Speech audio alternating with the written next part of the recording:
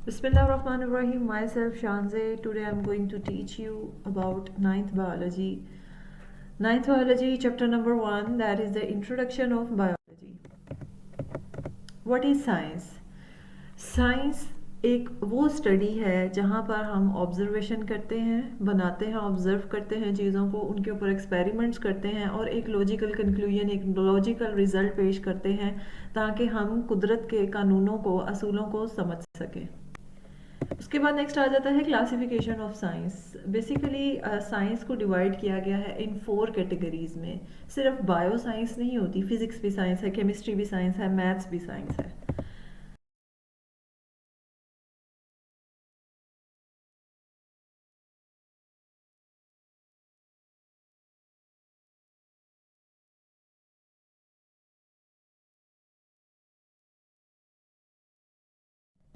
Next आ जाता है introduction to biology. ये एक साइंटिफिक स्टडी है लाइफ की, ठीक है, ज़िंदगी की एक साइंटिफिक स्टडी को हम बायोलॉजी कहते हैं। बायो हमने एक ग्रीक वर्ड्स, 2 ग्रीक वर्ड से निकाला है। बायोस जिसका मतलब है लाइफ, लोगोस जिसका मतलब है थॉट एंड रीजनिंग। वजह क्या है, क्या इसके पीछे की सोच है, क्या इसके पीछे की वजह है। नेक्स्ट आ जाती हैं डिवीजन्स ऑफ बायोलॉजी। बायो को 3 मेजर डिवीजन्स में डिवाइड किया गया है जहाँ पर हम डिफरेंट एस्पेक्ट्स देखते हैं ज़िंदगी के, जिसमें आ जाती है जोलॉजी, बॉटनी एंड माइक्रोबायोलॉजी। ये 3 डिवीजन्स हैं मेन जिसके अंदर हम डिफरेंट स्टडीज़ करते हैं। Zoology basically the study of animals, जिसमें हम एनिमल्स की तमाम तर स्टडी इसके अंदर मौजूद होती है, वो है जोलॉजी। बॉटनी के अंदर हम प्लांट्स की स्टडी देखते हैं, किस तरह से उनको ग्रो करवाते हैं, क्या डिफरेंट कैटेगरीज हैं, कौन सी स्पीशीज़ हैं, कितनी तरह के प्लांट्स हैं, उन सब की स्टडी बॉटनी के अंदर आ जाती है। माइक्रोबायोलॉजी के अंदर हम देखते हैं study of microorganism such as bacteria.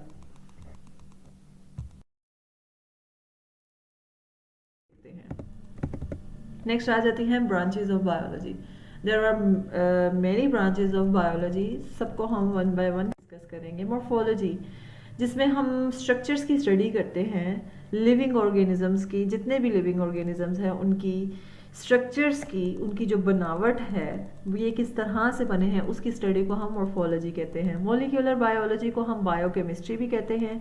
ये साइंस की बायो की वो ब्रांच है जिसमें हम मॉलिक्यूल्स की स्टडी करते हैं जो कि हमारी ज़िंदगी में आमतौर पर पाए जाते हैं, एक इंसान के अंदर भी, जिसके अंदर आ जाते हैं water, proteins, carbohydrates, lipids and nucleic acids. Anatomy आ जाती है, इंटरनल स्ट्रक्चर्स की स्टडी को हम एनाटमी कहते हैं और ये भी एक बायो की ब्रांच है। इसी तरह है हिस्टोलॉजी, टिश्यूज़ की स्टडी को हम कहते हैं हिस्टोलॉजी। और ऑब्वियसली टिश्यूज़ को हम माइक्रोस्कोपिकली देखते हैं, इसलिए ये एक माइक्रोस्कोपिक स्टडी है जिसको हम हिस्टोलॉजी कहते हैं। नेक्स्ट आ जाती है सेल बायोलॉजी। उसके नेम से ही पता चल रहा है, सेल्स के स्ट्रक्चर्स एंड फंक्शंस की स्टडीज़ को हम कहते हैं सेल बायोलॉजी, ठीक है। इसमें हम सेल डिवीजन को भी स्टडी करते हैं बायो की इस ब्रांच में। फिजियोलॉजी, जो हमने एनाटमी के स्ट्रक्चर्स देखे थे, उसकी स्टडी देखी थी एनाटमी में, उन सब स्ट्रक्चर्स के जो फंक्शंस हैं, ठीक है, डिफरेंट पार्ट्स जो हैं हमारी बॉडी के, उन सब की स्टडी को हम कहते हैं फिजियो। नेक्स्ट ब्रांच है जेनेटिक्स, जिसमें हम देखते हैं स्टडी ऑफ जीन्स। जीन्स क्या हैं, जो कि इनहेरिटेंस में रोल प्ले करती हैं, जिसे हम जेनेटिक्स कहते हैं। बेसिकली इनहेरिटेंस क्या है, ये एक ट्रांसमिशन होती है from one generation to the other. किन चीज़ों के कुछ ऐसे करेक्टर्स हैं जो कि एक जनरेशन से दूसरी जनरेशन के अंदर पाए जाते हैं, उन्हें हम इनहेरिटेंस कहते हैं, जिसे हम उर्दू में विरासत कहते हैं। नेक्स्ट ब्रांच है embryology. It is the study of the development of an embryo to new individual. वो पूरा जो सेशन है, एक एम्ब्रियो किस तरह से बनता है, एक न्यू इंडिविजुअल किस तरह से ग्रो करता है, किस तरह से डेवलप होता है, उस सब की स्टडी हम देखते हैं एम्ब्रियोलॉजी में। नेक्स्ट आ जाता है टेक्सोनॉमी। ये एक स्टडी है जिसमें ग्रुप्स एंड सब ग्रुप्स की क्लासीफाई किया जाता है, ठीक है। ग्रुप्स कौन से हैं, सब ग्रुप्स कौन से हैं, और उसके बाद उनकी स्टडी की जाती है। पैलेंटोलॉजी, ये एक स्टडी है फॉसिल्स की, जो कि ऑर्गेनिजम्स के रिमेनिंग्स बच जाते हैं, जो एक्सट्रैक्ट होते हैं, जो आप कह लें कि वेस्ट प्रोडक्ट्स होते हैं, उसकी स्टडी को हम कहते हैं पैलेंटोलॉजी। नेक्स्ट आ जाता है एनवायरमेंटल बायोलॉजी। उसके नेम से ही पता चल रहा है, ऑर्गेनिजम्स और एनवायरनमेंट।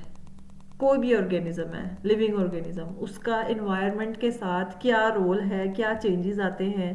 फॉर एग्जांपल सर्दियां हैं तो हम अपने आप को कवर करते हैं, गर्मियां हैं तो हम उस हिसाब के कपड़े पहनते हैं। ये सब एक रिलेशनशिप आ जाते हैं, एक इंट्रैक्शंस आ जाती हैं, उसकी स्टडी को हम इन्वायरमेंटल बायोलॉजी कहते हैं। नेक्स्ट है सोशियो बायोलॉजी। ये एक सोशल बिहेवियर है एनिमल्स का सोसाइटीज़ के साथ। सर्दी है तो उसको, एक इंसान को या कोई भी लिविंग ऑर्गेनिज्म है उसको सर्दी महसूस होती है। ये एक सोशल बायोलॉजी है कि उसको सर्दी महसूस हुई, ये उसका बिहेवियर हो गया। ठीक है। Parasitology, it is the studies of parasites. Parasites वो होते हैं जो कि अपने दूसरों से फ़ायदा लेकर बजाय उनसे फ़ायदा लेने के बाद उनको नुकसान पहुंचाते हैं। बायोटेक्नोलॉजी क्या है? It is the study of living organisms. ठीक है। इसमें प्रैक्टिकल होते हैं डिफरेंट डिफरेंट मैन काइंड को मज़ीद बेहतर करने के लिए। Immunology, it is the study of the immune system of animals. उनके नेम से ही पता चल रहा है कि इम्यूनोलॉजी क्या है, एनिमल्स के इम्यून सिस्टम की, उनको दूसरे डिफरेंट अगेंस्ट उनके माइक्रोब से बचाने के लिए जो स्टडी की जाती है वो इम्यूनोलॉजी है, यानी कि उनका इम्यून सिस्टम किस तरह से वर्क कर रहा है। Entomology, it is the study of insects. Pharmacology, study of drugs and there effects of human body.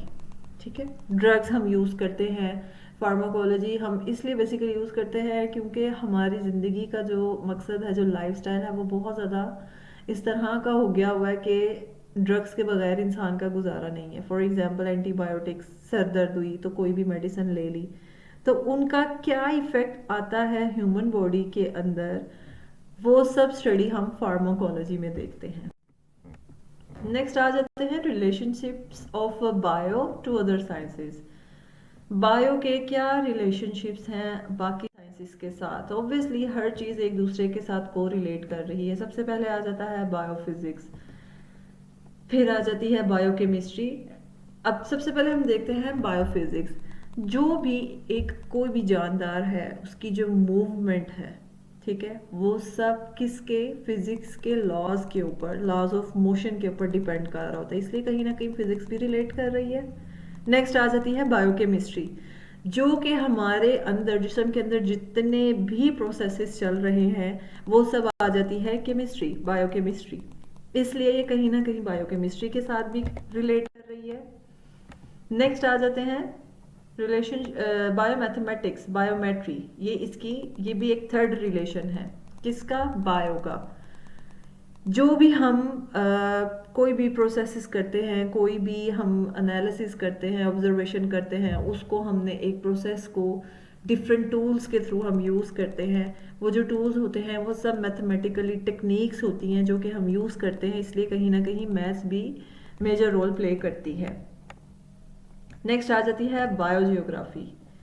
Different species हैं, डिफरेंट रीजन्स हैं जो कि डिफरेंट इलाकों में रहते हैं, पूरी दुनिया में डिफरेंट जगहों पर डिफरेंट स्पीशीज़ फैली हुई हैं, उन सब के साथ ये कहीं ना कहीं जियोग्राफिकली लिंक कर रहे हैं, तो इस वजह से ये भी एक साइंस के साथ इसका रिलेशनशिप है।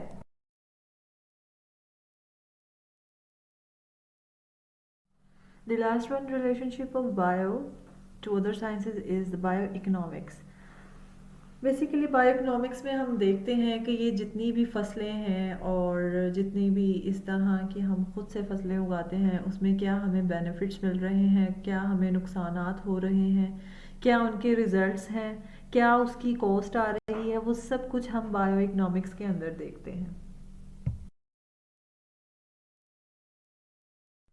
बायो के अंदर डिफरेंट कैरियर्स पाए जाते हैं। सबसे पहले है मेडिसिन एंड सर्जरी। कोई भी डिजीज़ है एक इंसान के अंदर, किसी भी ऑर्गेनिज्म, लिविंग ऑर्गेनिज्म के अंदर, उसका सबसे पहले डायग्नोसिस देखा जाता है, फिर उसको ट्रीट किया जाता है। तो ये सारी चीज़ें हम मेडिसिन के अंदर, सर्जरी के अंदर देखते हैं। अब फॉर एग्जांपल कुछ चीज़ें हैं जो कि मेडिसिन से ट्रीट हो जाती हैं, समटाइम्स हमें सर्जरी की ज़रूरत पड़ती है किसी भी पार्ट को, बॉडी पार्ट को रिपेयर करने के लिए, रिप्लेस करने के लिए या फिर रिमूव करने के लिए।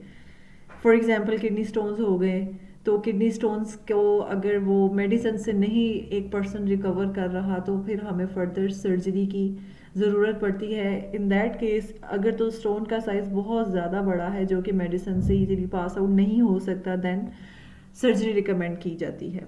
तो इस सारी स्टडी को हम, जो ये कैरियर है बायो का, वो सब हम मेडिसिन सर्जरी के अंदर देखते हैं। नेक्स्ट आ जाती है फिशरीज। इसके अंदर हम देखते हैं एक प्रोफेशनल स्टडी है किस तरह से फ़िश की प्रोडक्शन करवाई जा सकती है और क्या इसके अंदर डिफरेंट स्पीशीज़ हैं, डिफरेंट तरह की फ़िशेज़ हैं, वो सब हम फिशरीज़ के अंदर देखते हैं। नेक्स्ट आ जाता है हमारे पास एग्रीकल्चर। एग्रीकल्चर के अंदर हम स्टडी करते हैं फूड को, क्रॉप्स की, एनिमल्स की, जो कि हमारी खुराक का ज़रिया है, सोर्स हैं। कौन से ऐसे एनिमल्स हैं, हैंस आगे, cows, buffaloes, each and everything they are the sources of food. तो इन सब को हम डील करते हैं। नेक्स्ट आ जाता है एनिमल हस्बेंड्री। एक एग्रीकल्चर की ही ब्रांच है जो कि एक डोमेस्टिक एनिमल्स जो होते हैं उनकी ब्रीडिंग, उनको बढ़ाने के लिए, उनको मज़ीद ज़्यादा उनकी तादाद पैदा करने के लिए हम एनिमल हस्बेंड्री के अंदर स्टडी करते हैं।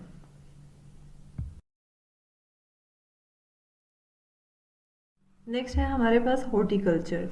ये एक आर्ट है गार्डनिंग का, जिसमें हम जो बेटरमेंट के लिए जो जितनी भी वैरायटीज़ हैं उनको मज़ीद बेहतर बनाने के लिए, उनको मज़ीद अच्छी तरह से प्रोड्यूस करवाने के लिए जो हम स्टडी करते हैं प्लांट्स की या फ्रूट्स प्लांट्स की जो कि ग्रो करते हैं, वो सारी स्टडी हम हॉर्टिकल्चर में देखते हैं।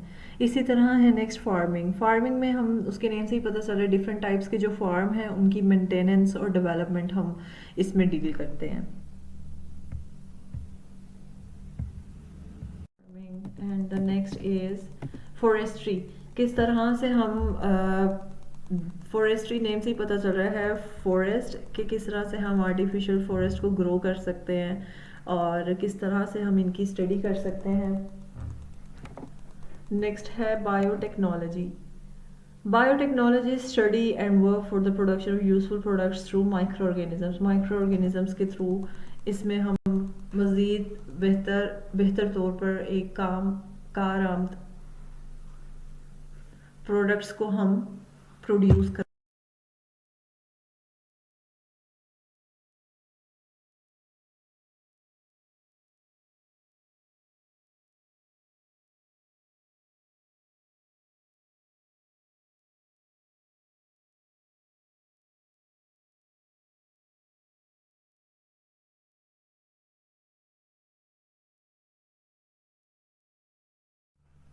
जो बातें, जो चीज़ें साइंटिस्ट आज के दौर में प्रूफ करते हैं या आज से बहुत देर पहले प्रूफ करते हैं, कुरान पाक ने बहुत देर पहले इन सब चीज़ों को ऑलरेडी बता दिया हुआ है। We made every living thing from water, सूरह अंबिया वर्स 30। और साइंस इस चीज़ को अब प्रूव करती है कि 60 to 70% जो लिविंग थिंग्स की कंपोजिशन है वो वाटर की होती है। The next verse is he made man from clay like the potter, सूरह रहमान वर्स नंबर 14। फिर हमारे जो मुस्लिम साइंटिस्ट हैं उन्होंने क्या वर्किंग की हुई है। मुस्लिम साइंटिस्ट, उनकी बहुत ज़्यादा कंट्रीब्यूशन रही है हमारी साइंस की स्टडी में, ठीक है। जाबिर बिन हयान, इन्होंने प्रैक्टिस की थी मेडिसिन की इराक में। इन्होंने हमें डिफरेंट एक्सपेरिमेंटल इन्वेस्टिगेशन की थी केमिस्ट्री के अंदर, और उन्होंने प्लांट्स एंड एनिमल्स की बुक्स लिखी थी, जिनमें से जो फेमस थी वो अल नबातात और अल हैवान है।